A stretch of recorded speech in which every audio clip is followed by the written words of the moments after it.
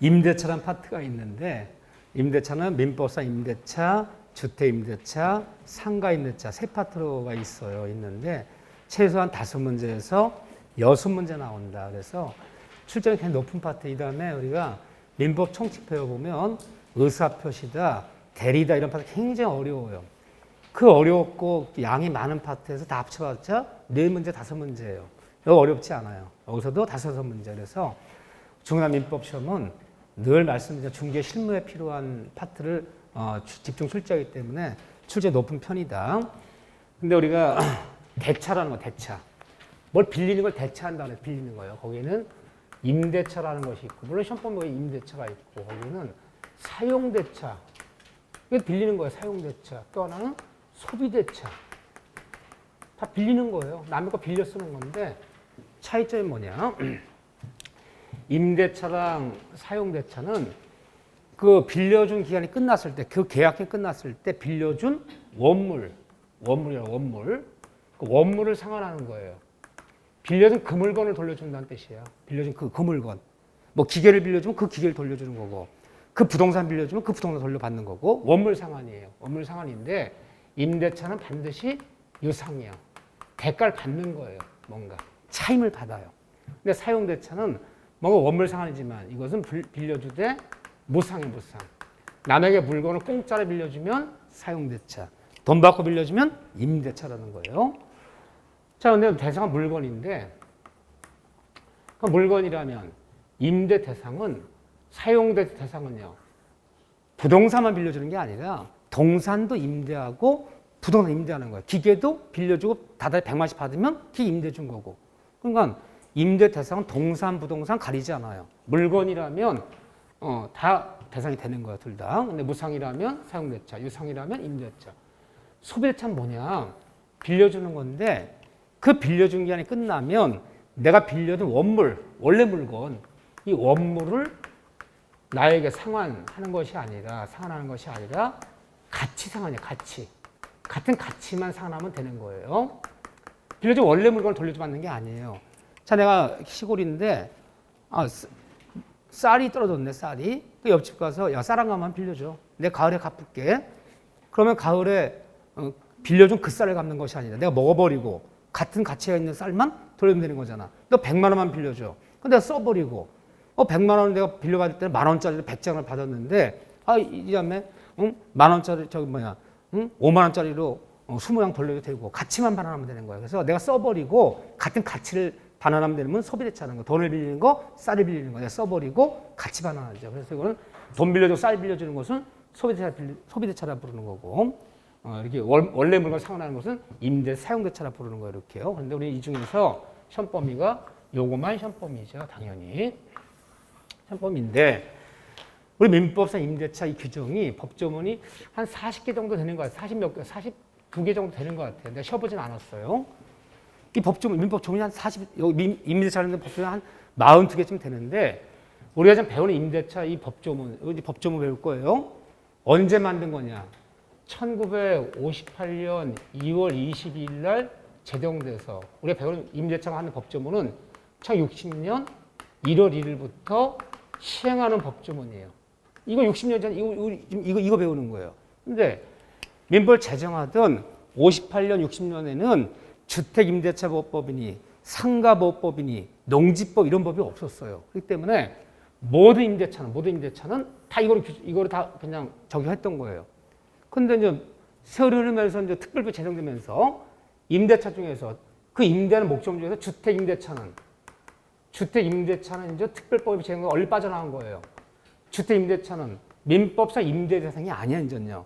주택임대차는 주택임대보호법이라는 이 특별법, 이걸 적용받아야지. 민법상 임대 적용 대상이 아니잖아요. 빠져나간 거예요. 또 건물 중에서 상가 점포 임대차는요. 요거는 우리 민법상 임대차, 지금 우리 배우는 임대차, 이게 적용될 수도 있고, 상가보호법을 갈 수도 있고, 이건 나눠져요, 이렇게요. 왜? 그 상가 임차보증금이, 법에 규정된 서울에서 9억 원, 6억 4천, 예를 들면 5억 9천, 3억 7천 이하인 자들은 상가보호법을 가는 거고, 대형 상인들, 서울에서 예를 들면 9억 원 이상 된 대형 상인들은 상가벌 적용받지 못하니까 민법상 임대차로 오는 거고 상가점포는요. 상가점포는 이게 민법이 적용될 수도 있고 반반이야 반반. 상가보호법이 적용될 수도 있고 보증은 X에 따라서 반씩 나눠지는 거예요.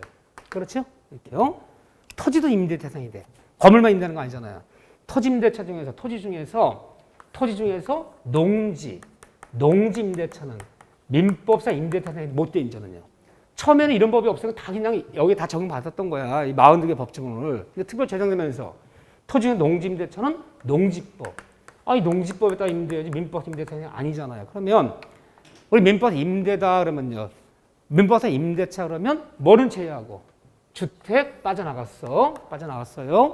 상가 전부 사무실은 반반이야 반반. 민법 적용받을 수도 있고 이걸 받을 수도 있고 토지 중에서 농지는 농지법까지 되잖아. 그러면 토지 중에서 농지를 제한 일반 토지, 건물 중에서 주택 상가를 제한 일반 창고 공장 임대차 이런 것만 민법 임대 대상이 되는 거고 나머지는 빠져나갔어. 그러면 그전에는 이런 특별이 없으니까 다 이걸 다 적용받았겠죠.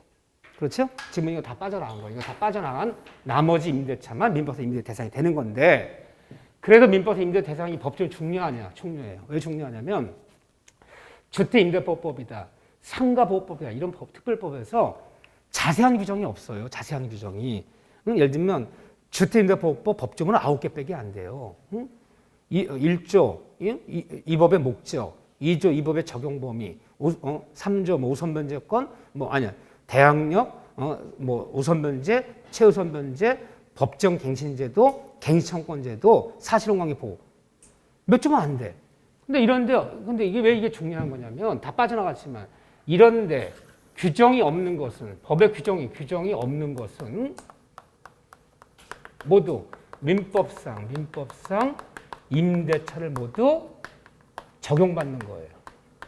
그래서 이게 중요한 거야. 무슨 말이냐면 주택임대차보호법에 수선수리 누가 할 거냐? 수선수리 비용 상환, 필요비 유입비 상환 어떻게 될 것이냐?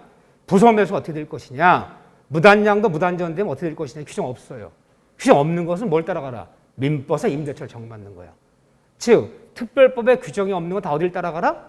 민법에 있는 규정을 따라가라는 거야. 그렇기 때문에 민법상 임대차를 잘 배워놔야 되는 거야. 여기 없는 것도 다 여기 따라가야 되기 때문에.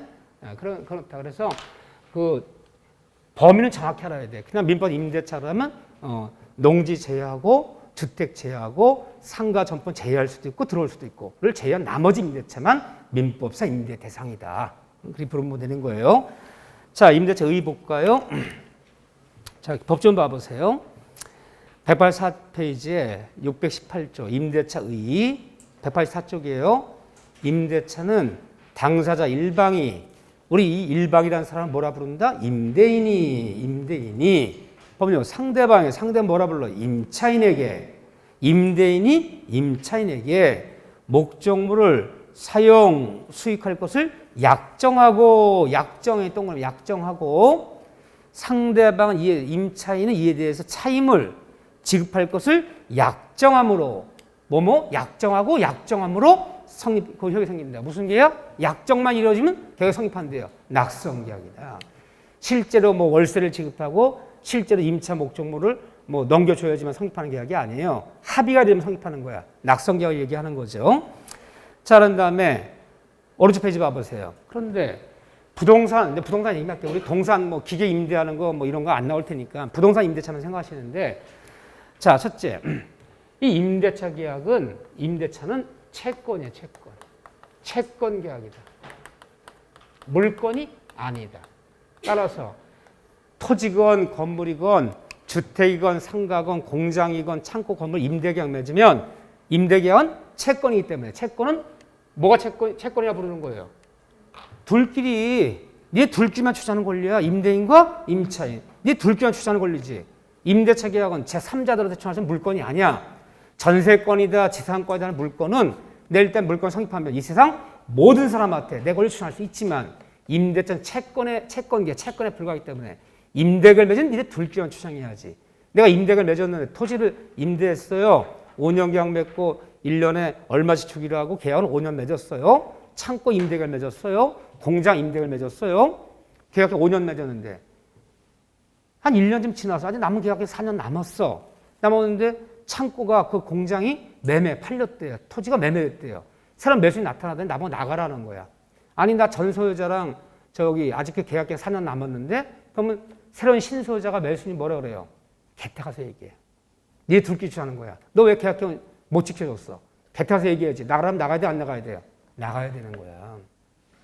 그러다 보니까 주택임대차, 상가임대차 같은 사람들은 불안하잖아. 그럼 특별법에서 대대로 특별히 대항력 인정해줬기 때문에 소유자가 바뀌더라도 특별법 따라서 이렇게 주장할 수 있는 거지. 특별법이 없다면 임대차는 둘끼리 주장하기 때문에 소유자 바뀌어버리면 새로운 신소유자한테 아무 권리도 주장할 수 없다. 채권에 불과해요. 자, 채권 계약이다. 두 번째, 임대 대상은 뭐냐? 권리는 임대 대상이 될 수가 없어요. 우리 민법에는 물건만 임대 대상이 될 수 있어. 물건이면 물론 이제 부동산, 동산을 얘기하죠. 권리는 임대 대상이 못 되는 민법상. 자, 기업이야 기업. 어떤 기업인데 야 기업 운영을 잘 못해. 응? 이 기업 잘 운영하면 수익이 많이 날 텐데 내가 쫓아가서 그 사장 보냈어. 너 니네 기업 나한테 3년만 임대 줘. 내가 운영하게. 그럼 내가 얼마 줄게.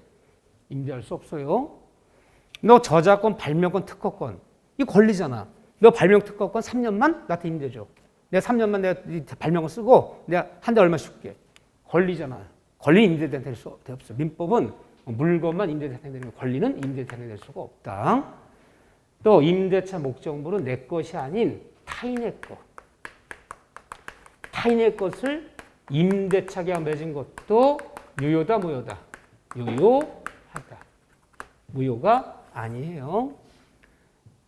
어떤 토지를, 어떤 건물을 빌려주기로 계약 썼는데 쓰고 나서 봤더니 지 건물이 아니래, 지 형 거래. 얘가 농사 짓고 있어 장이 얘 땅인 줄 알았는데 등기부도 확인 안 하고 그냥 200평을 1년만 빌려주기로 하자. 여기다가 도라지라도 심게. 1년에 50만 원 주기라고 계약 썼는데 얘 땅이 아니래. 형제 땅이래. 그 임대계약 유효해요, 무효해요? 유효한 거야. 그럼 따지러 갔어. 야, 네 땅도 아닌 걸 왜 임대계약 맺었니? 별 걱정 다 하네. 내가 형한테 얘기해서 1년 빌려주면 될 거 아니야. 못 빌려주면 계약 위반. 따라서 내 것이 아닌 타인의 것을 임대한 것도 유효하고 내 것이 아닌 타인의 것을 매매한 것도 유효하지. 그 계약 자체 무효는 아니다. 이렇게 얘기하는 거예요. 그런데 이 임차권 원칙을 얘기하는 거야. 이런 특별법이 나중에 배울 거고 특별법이 아닌 민법 임대차는 채권에 불과하기 때문에 제3자들에게 내 임차권을 제3자들에게 내 권리를 임대차를 제3자 주장할 수 있어요? 주장할 수 없어요? 주장할 수 없어.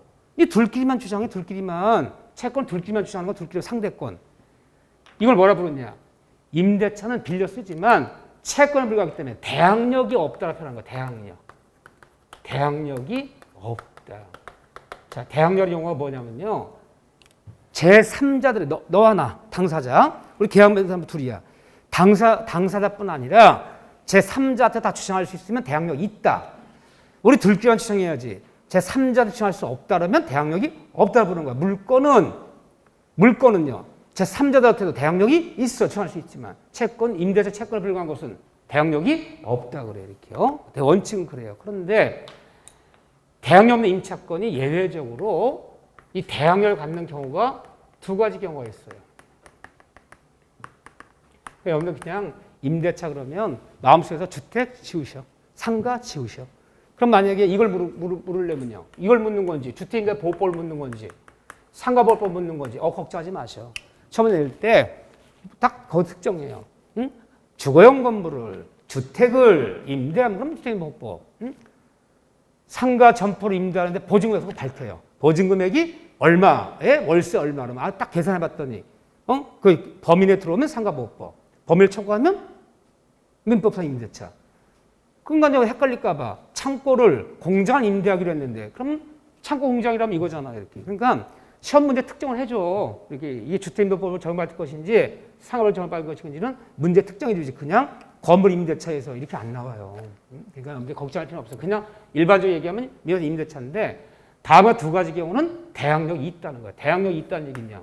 제3자들한테도 새로운 신소유자한테도 내 권리, 임대차 내 권리 주장할 수 있는 예외가 두 가지가 있다. 간단하지만 요것만 보고 할 거예요. 근데 요게 두세 번 나왔어요. 이게 별거 아닌 것 같지만 법조문에 봐보세요.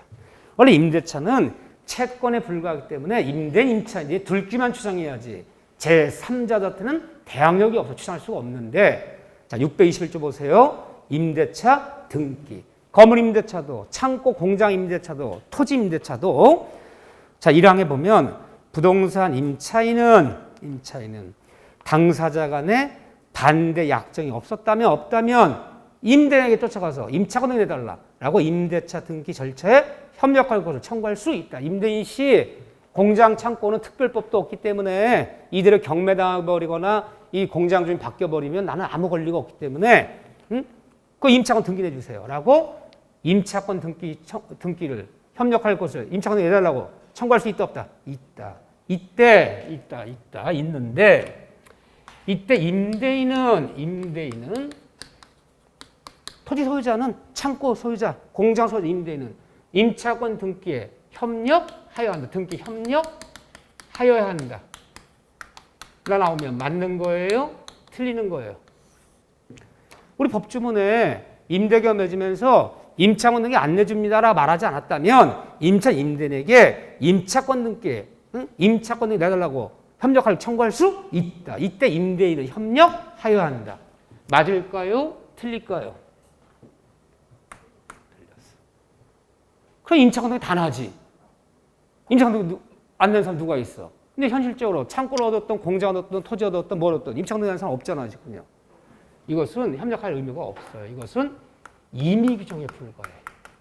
못 내줍니다 그러면 그만이야. 그만이지 꼭 등기 내줘야 되는 강행 규정이 아니라는 거예요. 강행 규정이 아니기 때문에 있으나 마나 법조문이 돼버렸지. 그러니까 주거용 건물이건 상가건 공장이건 창고건 임차권 등기 안 내주잖아요. 안 내주니까 상가나 주택은 특별법 따라서 인도 플러스 전입신고, 인도 플러스 사업자등록 등기 내지 않아도 대항력 인정한다. 특별법을 만든 거예요. 이렇게요. 그래서 근데 이 주인이 참 좋은 사람이야. 예, 좋습니다. 임차권 등기 내드리지. 다만 등기 비용은 대기 부담하시오. 대기. 예, 내가 부담할게요. 그리고 임대 협력해서 임차권 등기 내줬어. 등기 났다면 임차권 등기 났다면 그때부터 대항력을 취득해요. 그럼 이제 대항력 취득하기 때문에 계약 기간 동안은 땅 주인이 바뀌건 경매되건 누가 나타나도 다 내 권리 주장할 수 있어요. 하지만 임차권 안 내주면 대항력이 없기 때문에 아무 권리도 없어요. 따라서 법조문이 있지만 임대인은 협력할 의무가 없다. 협력하여야 한다면 틀려 오히려. 여기 하나 있고 그래서 협력해줬어. 그래서 2항에 보면 그래서 임대인이 협력해줘서 임대차도 등기가 났다면 그때부터는 제3자에게 효력이 있다. 주장할 수 있다. 등기 안 하면 대항력 없고요. 또 내줄 의무도 없는 거고. 자, 622조. 요게 두 번 나왔어요.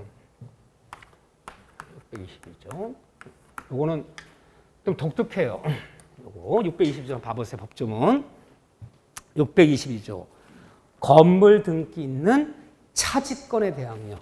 이 차자가 빌릴차자, 빌릴차. 지자가 땅지자야, 땅지자. 차지권에 대항력. 참 독특한 경우예요. 건물 등기는 차지권에 대항력. 자, 읽어드릴게요. 읽어드리고 무슨 얘기를 하는 건지 내가 예를 들어드릴게. 자, 622조.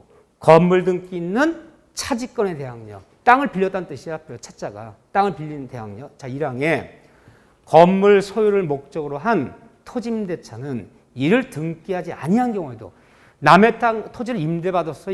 토지 임대했는데 그 토지 등기부에 그 토지 임차권을 등기하지 아니한 경우에도 그 토지 임차인이 그 지상에 임차한 토지의 그 지상에 건물을 지어서 건물을 등기한 때는 토지 등기부에 토지 임차 등기하지 않아도 제3자에 대해서 임대차력이 생긴다는 얘기는 제3자한테도 임대차를 주장할 수 있다. 즉 이때는 대항력을 예외적으로 취득한다. 취득한다. 2항에 2항 잘 봐보세요. 이 건물이 그 남의 토지 임대받아서 내가 남의 땅 빌려서 남의 땅 빌린 토지 건물을 졌어요. 건물을 져서 그 건물을 보존해 등기부를 냈어. 등기부가 있어. 그게 냈다면 이 건물이 임대 계약 기한 만료 전에 장마 때 멸실했어. 다 장마 때 무너졌어. 불나서 없어졌어. 멸실 또는 후패한 때는 그때는 다시 질 수는 없다는 거야. 전형의 효력을 잃는다. 그 건물이 유지되는 동안만 되는 거지 때려부시고 다시 신축하거나 불나서 없어져 버리면 다시 건물 질 권리는 없다는 거예요. 무슨 말을 하는 건지 나는 도대체가 알 수가 없다. 자, 이걸 뭐라 부르냐면요. 622조. 그러니까 우리가 저는 그래요. 우리 법대 학생이라면 논리적으로 공부를 해야 돼. 쫙 흐름대로 큰 그림을 그려가면서 전체 이게 나무가 있으면 이게 오른쪽까지 왼쪽까지 나무의 크기는 전체 이렇게 생겼고 코끼리 모양은 이렇게 생겼고 이렇게 접근을 해야 돼. 논리적으로. 그럴 시간이 없어. 우리는 시험장관 우리한테는 그거 묻지 않아. 목표 타깃을 정확히 정해놓고 우리는 나무만 본다. 네, 시험에 나오는 데만 본다는 거예요. 이게요. 버릴 건 버리고요. 자, 622조 설명드려 볼게요. 이걸 뭐라 부르냐면 법률용어로 이렇게 불러요. 건물 등기 있는. 그러면 만약에 이게 시험에 나왔다. 그러면 그럼 이거만 알면 풀 수 있다는 거야. 이게 어디에 속하는 건지 몰라도 이 얘기만 이 내용만 알면 이 문제 맞힌다는 거예요. 그렇게 보자는 거예요. 건물 등기 있는. 그래야지만 여기서 부담이 잘해요. 건물 등기 있는 차직권에 땅을 빌리는 거 차직권에 그걸 대항력이라 불러요. 그러면 이 문제 어디서 발생하는 거냐? 이 문제는 토지임대차에서 발생하는 거야. 토지임대차에서. 그런데 이런 문제가 있느냐? 있어요. 시골에 많아요. 자, 시골에 갔더니 땅은 우리 땅이래. 돌아가신 우리 선친 아버지 명 땅인데 동네 사람이 거기 집 짓고 살아요. 그거 어떻게 된 일이냐 했더니 옛날에 60년대, 70년대 땅값 얼마 안 나갈 때 동네 분이 절친한 분이 집 질 터가 없으니까 야 우리 밭에다 짓죠. 그리고 턱값으로 턱값이 뭐예요? 턱값. 차임. 1년에 쌀 한 번씩 받아요. 이해되죠? 그 토지 임대 준 거야.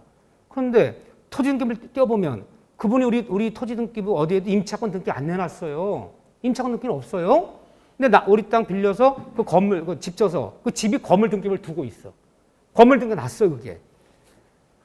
토지 소유자가 아니더라도 건물 등기 낼 수 있어요. 건축물자에 등록만 되면 건물 등기 났어. 등기 났다면 대항력이 있다는 거예요. 대항력이기 때문에 토지가 매매가 되거나 토지 경매되더라도 경락자한테 새로운 신수자한테 내 임차권 주장하면서 정전대로 계속해서 토지를 사용할 수 있다는 거야. 시골에서 이런 일이 많잖아요. 땅은 우리 땅이야. 응? 우리 땅인데 응? 집은 딴 사람 내 땅이야. 지금 동네 사람 김씨가 짓고 살아. 1년에 쌀 한 번씩 줘. 이걸 차임이라 부르는 거야. 근데 토지 등기 어딜 떼봐도 토지 임차권이 등기가 안 났어. 등기가 안 났더라도 남의 땅 빌려서 남의 때 건물 져서 이 건물이 등기를 두고 있는 거야. 건물 등기를 두고 있다면 대항력 인정했다. 대항력 인정하기 때문에 토지가 매매가 되어서 박 씨한테 바뀌건 경매대 경락자 나타나더라도 임차권을 주장하면서 정전대로 토지를 계속 사용할 수 있다는 거야. 이거 건물 등기 차지권에 대항력을 불러. 이런 일이 시골에 많다 안 많다? 많아요. 이거 생각보다 권리 있어. 이거 권리 없는 거 아니에요. 이 건물이 등기부가 없어. 건물 등기부가 없다면 대항력 없어. 없기 때문에 땅이 매매가 되거나 경매돼서 나가라면 나가 때려부시면 때려부셔야 되는 거야. 하지만 이 건물 등이 났다면 대항력이 있다. 대항력이 있지만 이거대로만 써야지. 그럼 전속은 몇 년이냐? 근데 이제 토지임대차에서 전속기간은 아무런 제한이 없어요. 사실 제한이 없어. 계약서도 없어. 아버지 돌아가셨어. 몇 년인지 계약 쓴 것도 없어. 그러면 언제까지 기간의 제한도 없어요. 쓸 수 있어. 사용료만 내면.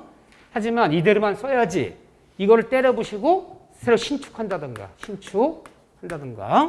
또는 이거를 장마 때 무너졌어. 불났어.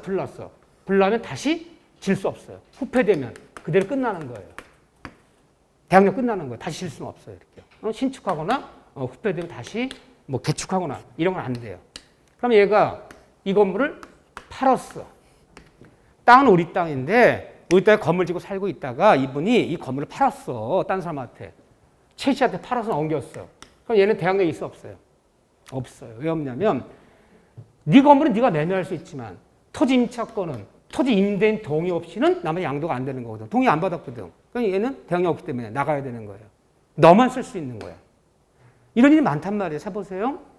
여러분 생각 어떠신지. 이거 본 적 많은 거예요. 내가 실제로 강의하면서 어떤 분 상담받은 거야. 용인 수지야. 지금 뭐 아파트들이 줄비하고 굉장히 땅값 비싸죠. 옛날 농사 짓는 땅이었다고. 다 농사 짓는 땅이었어. 근데 이분 얘기가 옛날에 자기네가 60년, 70년대 이 고향에 살았는데 그 고향에 있는 땅에 아버지 살아계실 때 땅 돌아가신 선친명이 돼 있어. 자기 아버지 명이 돼 있는 거야. 이 땅에 이 사람이 홍씨 땅에 김씨가 집을 짓고 산 거야. 토지 등기 어디에도 토지 임차만 등기되지 않았고 차임은 1년에 쌀 한 가마씩 보내줘요. 턱값으로. 이 턱값이 차임이란 뜻이야. 한 가마씩 보내줘.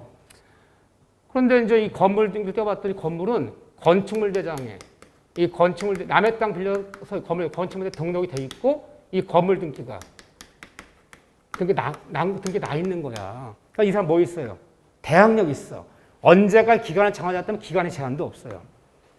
근데 옛날 땅값이 쌀 때는 농사 짓 때는 문제 안 되는데 요게 한 100평 되는데 지금 여기가 평당 500만 원짜리 땅이 돼버렸어요. 옛날에는 쌀 한 말밖에 안 나가던 땅이었는데. 그럼 500만 원짜리 땅이면 100평이면 이거 얼마예요? 5억이잖아, 5억. 5억이잖아요? 이 문제 해결하려고 그래요. 우리 고향 떠나왔어. 그 이제 명절 때 내려가서 이분이 살아계셔. 연세 많으시지만.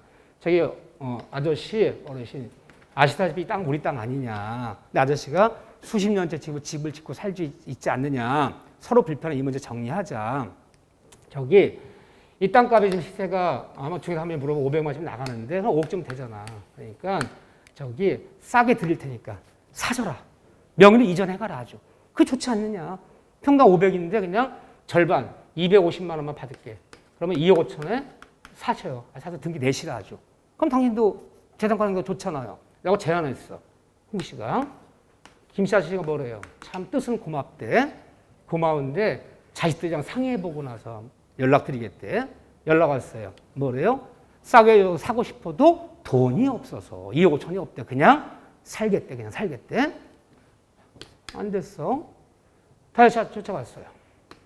그럼 아저씨 이렇게 합시다. 내가 물어줄 의무는 없지만 이 건물값 물어드릴게. 딴 데가 집을 지셔 내가. 아마 이 정도 건물이면 내가 1억 5천 드릴게.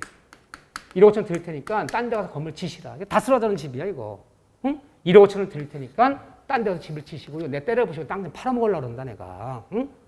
내가 1억 5천에 이거 매입할 테니까 딴 데 집 지시라.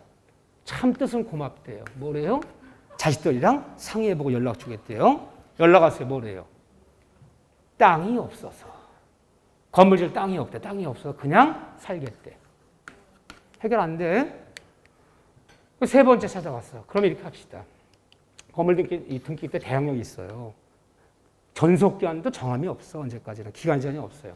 이렇게 합시다. 그러면 쌀 한 가마가 뭡니까? 옛날에 뭐 30년, 40년 전에 쌀 한 가마는 뭐 정으로 받았을 수 있고 그냥 돈을 받을 수 있지만 지금은 말이 안 되지 않나요? 5억짜리 땅을 쓰면서 1년 쌀 한 가마면 1년 30만 원밖에 안 된다는 얘기 아니냐. 현실화 시켜달라. 차임을 올려달라. 쌀로 얘기하면 예를 들면 쌀로 하면 30가마 달라 그랬어요. 쌀로 얘기하면. 응? 이 정도 달라. 쌀로 얘기하면. 한 가마가 뭡니까? 5억짜리 땅을 1년 쓰면서 1년에 이거 달라 그랬어요. 자식들하고 상의하고 연락하겠대요. 연락 왔어요. 뭐라 연락 왔어요? 주고 싶어도 쌀이 없대. 쌀이 없대. 뭐라 그러면 땅이 없어서 돈을 줄 테니까 딴 데 가서 건물 지러 땅이 없어서 못 진대지. 싸게 사시라면 돈이 없어서 못 산대지. 차임을 현실화시키려면 쌀이 없대지. 그냥 살겠대. 그럼 내가 이거 어떻게 돼요? 이 땅 만약에 팔았어요. 아이 그냥 팔아버리자 싸게. 저기 2억만 주세요. 그냥 팔을 때. 이 사람 참 바보야 바보. 얘 인동 못 받아 얘. 대항력이 있기 때문에 전립하면서 건물 계속 사용할 수 있어. 그럼 이걸 해결하는 방법은요. 그런데 이분 연세 드셔서 돌아가셨어요. 돌아가셨어요? 자식들이 쓰지도 않아. 사람도 안 사. 대문만 잠궈놓고 명절 때만 한 번씩 와. 근데 자기들 만나서 이제 쓰지도 않지 않느냐. 쓰지도 않으니까 이제 내 땅이니까 땅을 돌려달라. 준대 안 준대요? 안 주지. 이거 어떻게 해결해야 돼요? 이 건물이 있는 상태에서만 대항력이 있는 거야. 어느 날 밤에 사람은 안 살아. 어느 날 밤에 원인 모를 화재가 났어. 원인 모를 화재야. 야 휘발유 뿌린 거 아니야 이거? 끝났어 이러면. 다시 신축 안 돼요. 장마 때 무너졌어. 다시 못 져요. 일 끝내야 돼. 불 싸질러야 돼. 그럼 이거 권리 없어요. 이 방법밖에 없어. 응? 대항력이기 때문에 이 땅을 팔아도 이 사람이 인도받는 명도받는 땅을 살 리가 없잖아요. 이런 문제 많단 말이에요, 생각보다. 근데 사실은 이 건물과 물어줄 의무가 있는 거 없는 거예요? 있는 거. 일단 배워요. 부속물 지상멸 청구권 있어요. 내가 건물과 물어줄 의무는 없지만 물어줄 의무는 있어. 말만 그렇게 하는 거야. 남의 땅 임대해서 임차한 토지에 지상물 지었다면 임대계획 끝나도 지상멸 청구권이 있단 말이야. 매수해줘야 되는 거죠. 물어줄 의무 있는 거예요. 사실은 없다고 얘기했지만. 자, 어쨌든 이런 사항이 바로 건물 등기 차지권의 대항력. 시골에서 이런 일이 많이 생긴다. 땅은 우리 땅인데 우리 땅에 건물을 졌는데 건물에 등기부를 두고 있다면 대항력이 있기 때문에 토지인도 거절하면 토지 사용할 수 있다. 있는 것은 그 건물이 전속하는 동안만 있는 거지. 남한테 건물을 판다. 토지 임대 나의 동의 없이 팔아버리면 토지 임차권은 동의가 없었기 때문에 무단양도 무단전대이기 때문에 임대차 해지할 수 있어요. 팔지는 못해. 내 동의 없이는. 또 때려부시 새로 신축 못해. 그렇긴 하지만 이 상태에서는 계속 대항력이기 때문에 임대를 거절할 수 있다. 이거를 건물 등기는 차지권의 대항력이라 불러요. 생각보다 있는 거예요. 사회생활 때. 자, 넘기시면 어딜 들어가든 전 효력이란 파트가 중요한 거예요. 어느 파트든 효력이 가장 중요한 거예요. 임대차의 효력, 매매 효력, 저당의 효력, 유치권의 효력. 예를 들면 전세권의 효력. 항상 어느 파트 효력 파트가 하이라이트인데 그 임대계 맺어지면 임대차의 효력. 임대 맺어지면 과연 임대차 효력이 어떻게 되냐. 여기 이제 하이라이트, 어디든 여기 이제 하이라이트 되는 건데 항상 우리가 어디를 배워도 민법에서 임대차의 효력, 매매 효력, 전세권의 효력, 효력이란 말이 떨어지면 효력이 뭐예요? 법이 효과를 주는 거야, 효과. 법이 효과를 주면요. 사람과 사람 사이에 이 권리무 관계 발생하는 게 효력이에요. 그러니까 효력이란 말만 떨어지면 임대차 효력 그러면요. 임대인의 권리 의무. 임차인의 권리 의무. 임차인의 권리 의무. 우리가 법을 배우는 목적으로는요. 뭘 알고 싶어 해보는 거야? 권리물을 알고 싶어 법을 배우는 거야. 과연 임대차가 체결되면 매매계가 체결되면 매도인은 어떤 권리무가 있고 매수는 어떤 권리무가 있는 거냐? 전세권이 설정되면 과연 전세권자는 어떤 권리무가 있느냐? 권리물을 알고 싶어서 법을 배우는 거야. 근데 권리무가 논해지는 것이 바로 효력이에요. 효력 말이 떨어지면 임대인의 권리무, 임차인의 권리무. 여기 이제 하이라이트야. 과연 근데 임대인의 권리는 임차인의 권리는 뒤집으면 뭐가 되는 거야? 임차인의 권리는요. 임차인의 권리는 임대인의 의무가 되는 거지. 임대인은 다음과 같은 권리가 있다. 차임을 지급받을 권리가 있다. 그럼 임대인의 권리는 뭐가 되는 거예요? 임대인의 권리는 임차인의 의무가 되는 거지. 근데 우리는 이 임대차는 얘 중심으로 많이 배워요. 같은 말 하더라도 임차인은 다음과 권리가 있다. 그럼 임차인의 권리 그러면 뒤집으면요. 이건 임대인의 의무구나. 임차인은 임대 다음과 같은 의무가 있다. 그러니까 임차인의 의무는 뒤집으면 임대인의 권리구나. 그걸 알아야 돼. 그리고 뒤집을 줄 알아야 돼. 근데 보통 이걸 중심으로 많이 배워요. 근데 여기서 이제 빅3라 해서 너무너무 시험에 잘 나오는 게 몇 가지 있어요.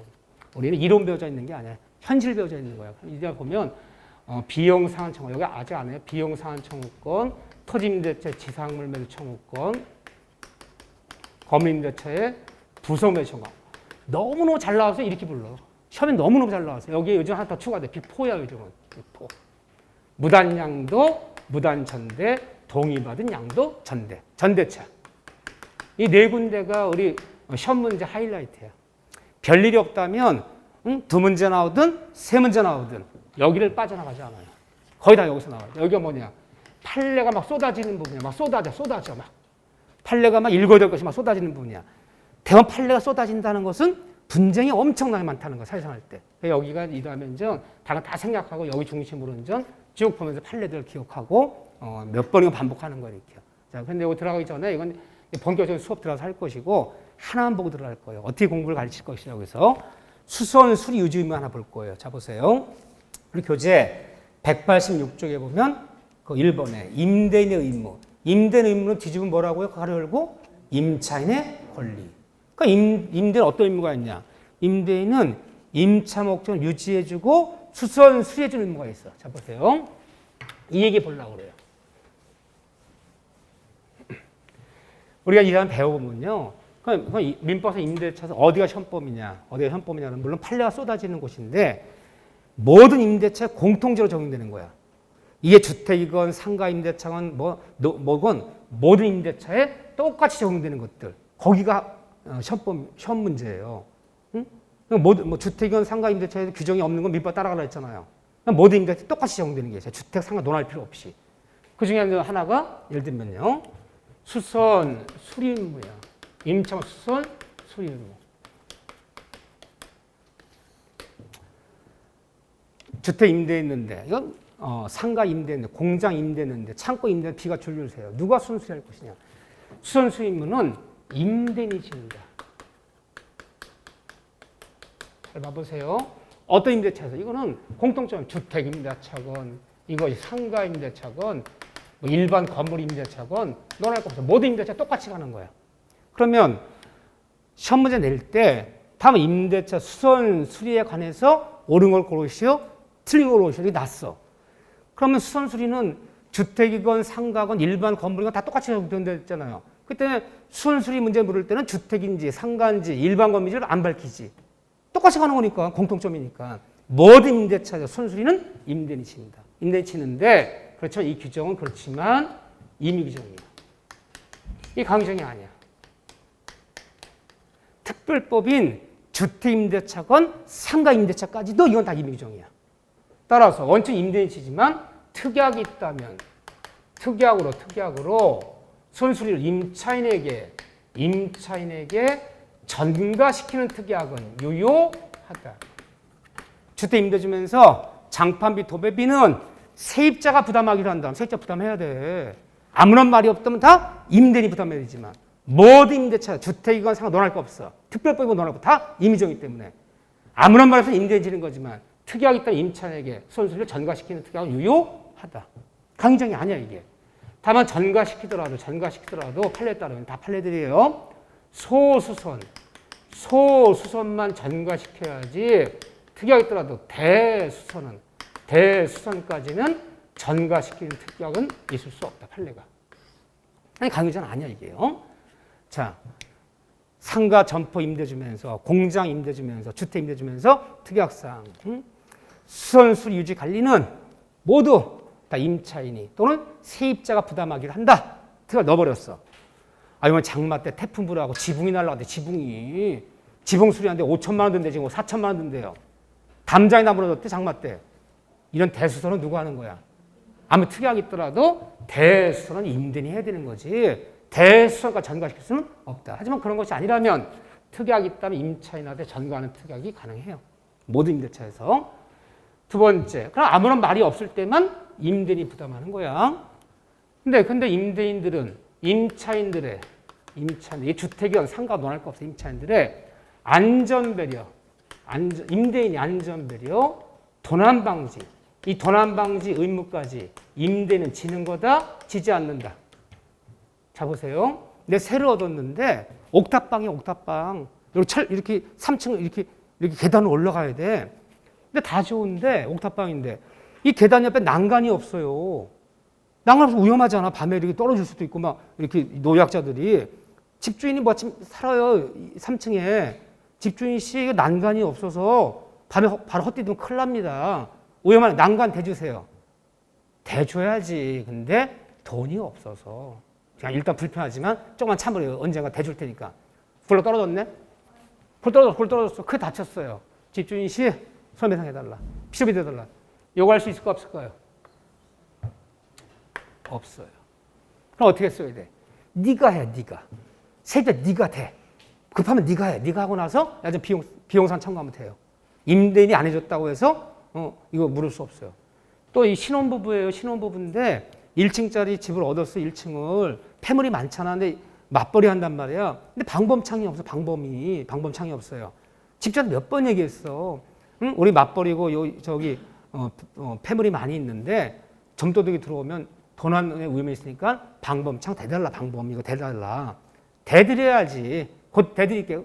차일피 미루는데 도둑놈들 다 타러 갔어. 분명히 내가 보냈어. 내가 내용 정보까지 보냈어. 방범창 대달라. 안 대줬어. 자, 집주인에게 손해가 물을 수 있어 없어요? 없다는 거예요. 안전벨 도난방지까지 임대 치는 건 아니라는 거예요. 그럼 어떻게 써야 돼? 세입자 네가 돼, 네가. 내가 되면 억울하잖아. 내 집도 아닌데. 네가 된다면 다음에 비용 상환 청구해. 필요비 유비 상환 청구하면 되는 거지. 이거 없다. 이게 사실은 이 판례는 좀 고쳐줘야 돼. 이제 와서 이게 70년대, 80년대 판례지 최근의 판례들은 아니야. 근데 더 이상 판례가 안 나와서 그래요. 이게 언제 이 얘기하는 거냐면요. 사실은 내가 그때는 이해해. 왜 이해하냐면 얘는 연탄 때도 시절에 있었어. 70, 80년대. 세입자들이 무슨 사건이 많아요? 가스동등이 많아. 어느 날 봤더니 안 일어나 이 집이. 문 열었더니 밤새 가스 마시고 다 돌아가셨어. 집주인에게 안전벨 의무가 있더라면요. 연탄가 중독되면 집 팔아서 물어줘도 못 물어줘 그거. 그럼 세입자 네가 알아서 방바닥에 어디 새나 안 새나 네가 알아서 하라는 거야. 너무 크기 때문에. 그 가스 중독 때문에 이 얘기가 나왔던 거야. 이 연탄 사고가 참 많았거든. 그래서 이런 거 지는 것은 아니다. 임대인이. 임차인들이 안전벨 도난방지 치는 건 아니다. 판례가. 어쨌든 그래. 그렇지만 임대차 중에 숙박업이요. 이 숙박업이 단기 임대를 주는 거야. 단기 임대차 이게. 펜션 2박 3일 빌렸어. 콘도 3박 4일 빌렸어. 그럼 단기 임대 받은 거야. 다 영리를 목적으로 하는 숙박업을 하는 임대할 때는 그 임대인들은 건물주들은 이 투숙객들의 안전 배려 의무가 있다 없다. 있다. 이 경우만 있어요. 이 경우가 아니라면 나머지는 임차인들의 안전 배려 도난방지 의무가 지는 것은 아니다. 자, 두 번째 볼까요? 세 번째 볼까요? 제가 하는 방식을 보여드리고 저는 이렇게 수업을 한다는 걸 보여드리는 거예요. 하나 정리하려면. 세 번째. 만일 임차 목적물이 뭐 주택이건 상가건 뭐 공장 건물이건 뭐 창고건 뭐든 임대차니까.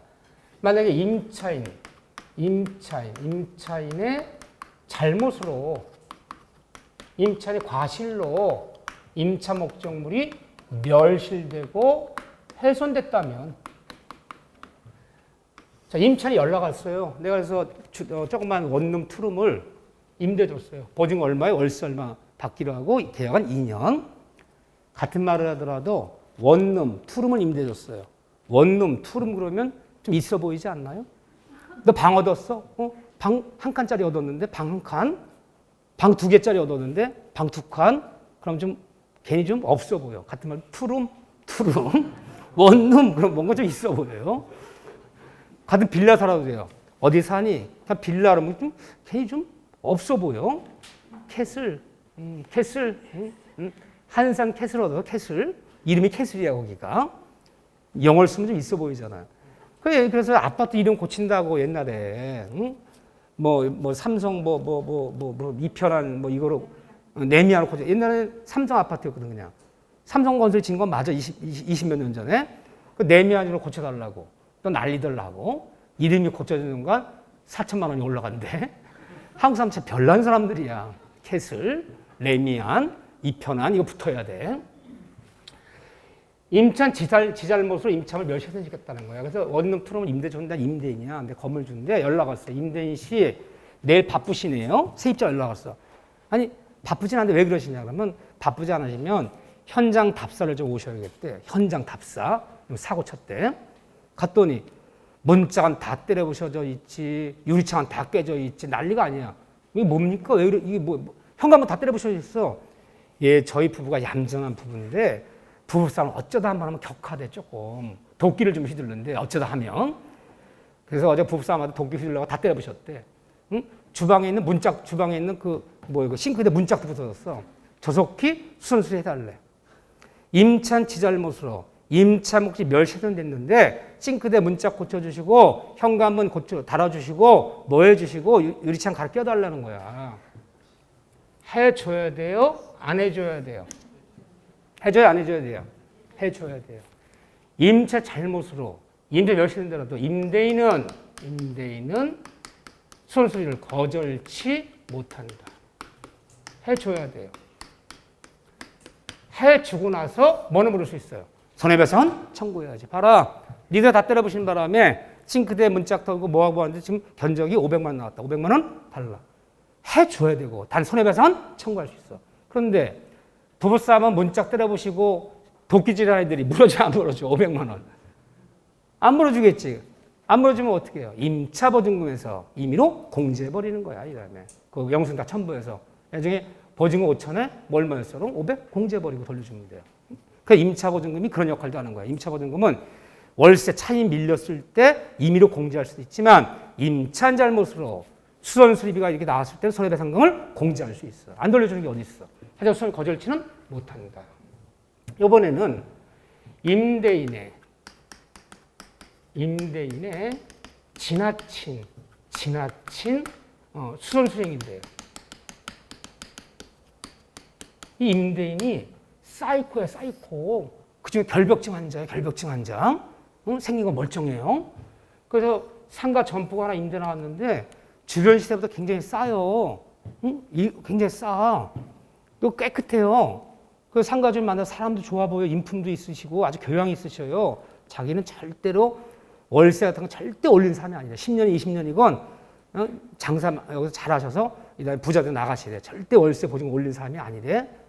또 개업식하는 날 빌렸어. 보증금 얼마에 월세 얼마 내기라고. 또 화분도 보내주고 막 그래요. 오셨어. 한번 오시더니 천장을 쳐다보더니 천장에 파리가 한 마리 앉았거든요. 잘 이 꼴 못 본대. 응?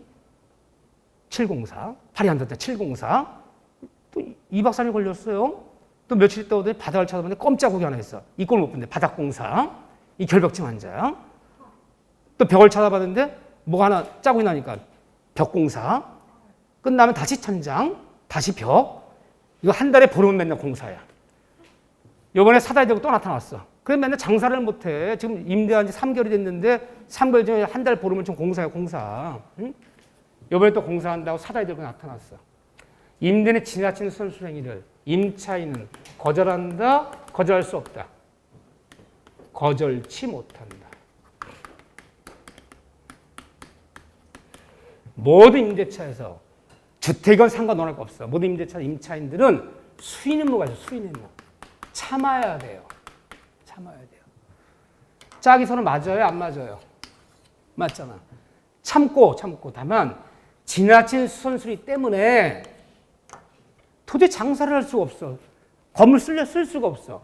거절치 못하고 어떤 게 거절하면 안 돼. 거절치 못하고 지나친 수선수리 때문에 임차 목적 달성이 안 된다면 쓸 수가 없다면 그렇다면 임대차 해지한다라고. 남은 계약 기간 임대차 해지는 가능. 해지해버리면 가능. 해지하고 너 때문에 네 지나친 수선수리 때문에 네 사이코 결벽증 때문에 내가 장사한다고 빌려서 시설하고 계약기간도 못 채우고 임대 해지하고 그리고 나서 손해배상해줘.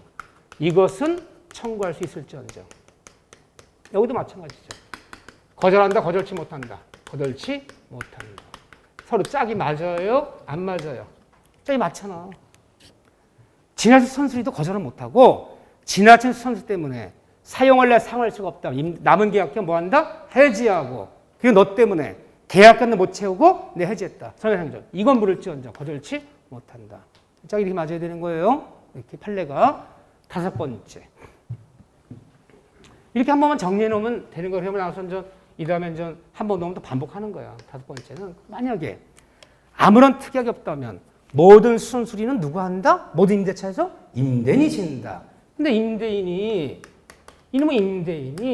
특약도 없었는데 정당한 이유도 없이 수선 수리 의무를 만약에 이행치 않는다면 그럼 어떻게 되는 거냐? 대원 판례가. 집을 얻었는데 장마철에 비가 새요. 천장에 옥상에 방수가 안 되나 봐. 세입자가 급하게 연락했어요. 임대인 씨 큰일 났습니다. 지금 빗물이 뚝뚝 지금 천장에 떨어지고 지금 안방에 물바다입니다. 지금 물바다. 빨리 조속히 방수 처리해주고 지붕 고쳐주세요. 알고 있대 임대인이 집주인이 아는데 돈이 없어요. 돈이 내가 지약을 먹고 싶어도 지약 살 돈이 없고 야, 물 좀 새는 거 뭐 사람 빠져 죽니? 그 세숫대야 좀 몇 개 갖다 놓고 퍼내. 그냥 받아가면서 많이 새진 않으니까. 근데 상가를 얻었어요. 오늘 출근했더니 그냥 3일 바닥이 한강. 맨 바깥에 있는 사무실인데 외벽이 방수가 안 돼갖고 밥 비가 들이쳐 다 새는 거야.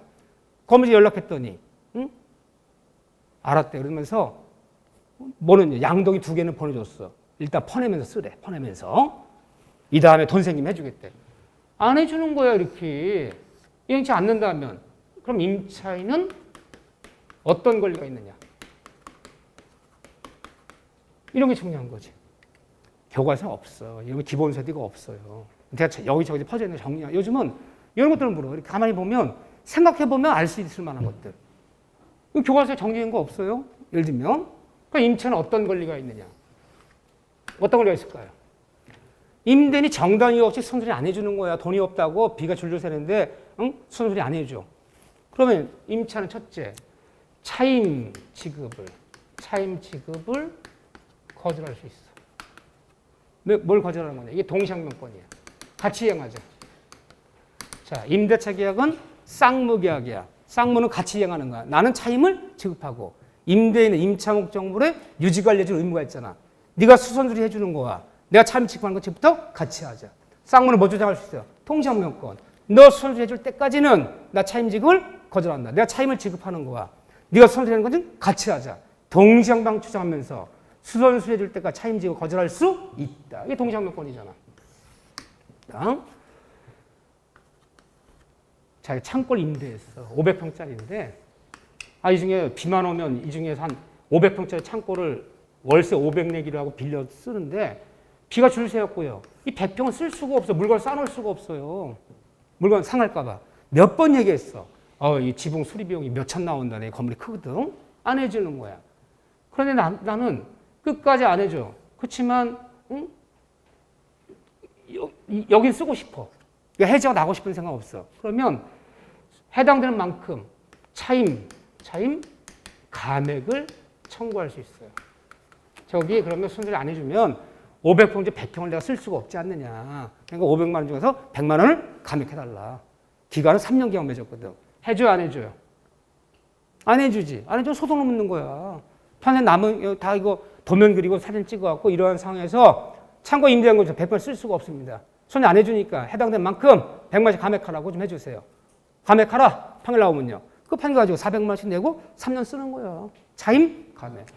끝까지 안 해주는 바람에 쓸래야 쓸 수가 없네. 그래서 남은 계약계 임대차 해지한다. 임차는 해지해버릴 수 있어. 해지한다. 안 해주잖아. 쓸 수가 없잖아. 해지한다. 해지하고 너 때문에 계약도 못 채우고 내가 해지했어. 손 안 해주는 바람에 뭐 쓸 수가 없잖아. 그러고 나서 손해배상 청구할 수 있어 없어요? 손을 안 해주는 바람에 해지하고 손해 청구할 수 있어 없어요? 있잖아. 이 네 가지 권리 갖고 압박하는 거야.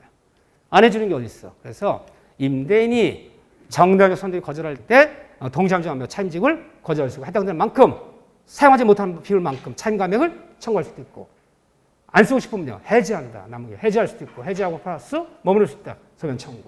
이 네 가지 권리 가지고 압박하는 거다. 임차의 권리예요.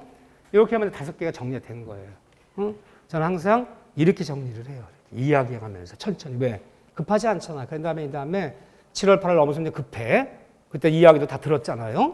그럼 이제 그때는 막 갖다 이제 하는 거예요. 이렇게. 처음에는 항상 민법은 이야기가 있어야 돼. 이야기가 있어야지 기억이 오래 남고 수선수리 그럼 괜히 알 것 같아. 괜히 알 것 같다는 생각이 중요한 거야. 괜히 맞을 것 같아. 그 생각이 들어야 되지. 수선수리 다음 중 임대차 수선수리에 대해서 맞는 거 틀린 거 판례 따라라. 아무 생각이 안 드네. 그러면 그거 자신이 없어. 그럼 못 맞춰 그거. 다 이야기를 들어야 돼요. 자, 이거 하나만 정리할 거예요. 수선수리.